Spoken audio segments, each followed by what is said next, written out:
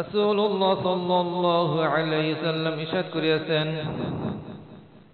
জান্নাতে এমন মহল সমূহ রহিয়াছে যাহা দেখিতে আয়নার মতো, উহার ভিতরের সমস্ত বস্তু বাহির হইতে দেখা যাইবে এবং ভিতর হইতে বাহিরের সমস্ত বস্তু দেখা যাইবে।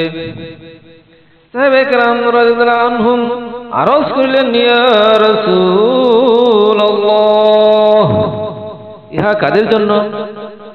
রাসূলুল্লাহ সাল্লাল্লাহু আলাইহি ওয়াসাল্লাম বলিলেন, যাহারা উত্তম রূপে কথা বলে, অর্থাৎ তিক্ত চেহারা লইয়া মুখ বিকৃতি করিয়া কথা বলে না, লোকদেরকে খানা খাওয়ায় এবং সর্বদা রোজা রাখে, আর রাত্রিতে এমন সময় তাহাজ্জুদ পড়ে যখন লোকেরা ঘুমাইয়া থাকে।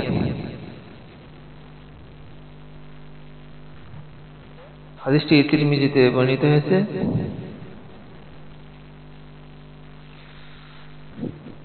একটি বর্ণনায় পাওয়া যায়, কিয়ামতের দিন যখন জান্নাতি ও জাহান্নামী লোকদের কাতার তৈরি হইবে, তখন জাহান্নামীদের কাতার হইতে এক ব্যক্তির দৃষ্টি জান্নাতীদের কাতারের কোন এক ব্যক্তির উপর পড়িবে। তখন সে তাহাকে স্মরণ করাইবে যে, আমি দুনিয়াতে তোমার উপর অমুক ইহসান করিয়াছিলাম। ইহা শুনিয়া ওই জান্নাতি ব্যক্তি তাহার হাত ধরিয়া আল্লাহ তাআলার নিকট আরজ করিবে, হে আল্লাহ, আমার প্রতি এই ব্যক্তি অমুক ইহসান করিয়াছে।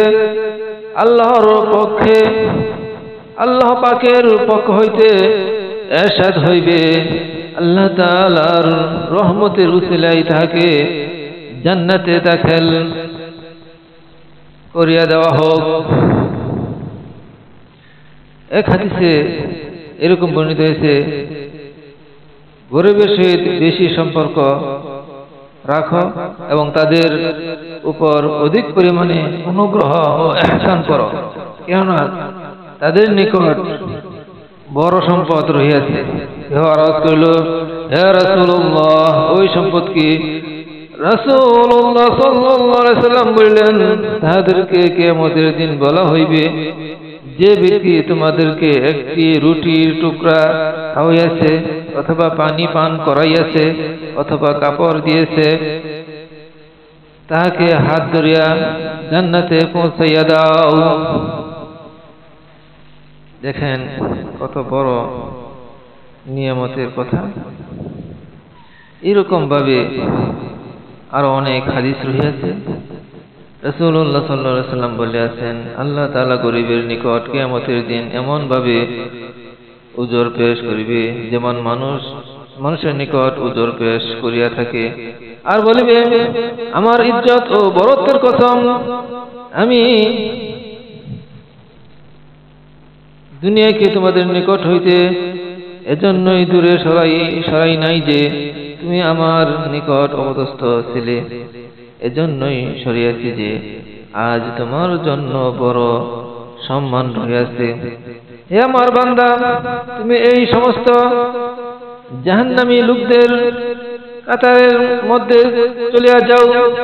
যে ব্যক্তি তোমাকে আমার সন্তুষ্টির জন্য খানা খাওয়াইয়াছে অথবা কাপড় দিয়েছে, সে তোমার সেই গরিব এমন অবস্থায় তাহাদের মধ্যে প্রবেশ করিবে যে তাহারা মুখ পর্যন্ত গামের মধ্যে ডুবন্ত থাকিবে।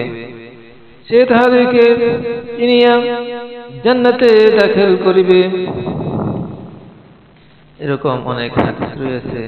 আল্লাহ তাআলা আমাদেরকে পবিত্র কোরআন সুন্নাহ অনুযায়ী চলার তৌফিক দান করুন। আমিন।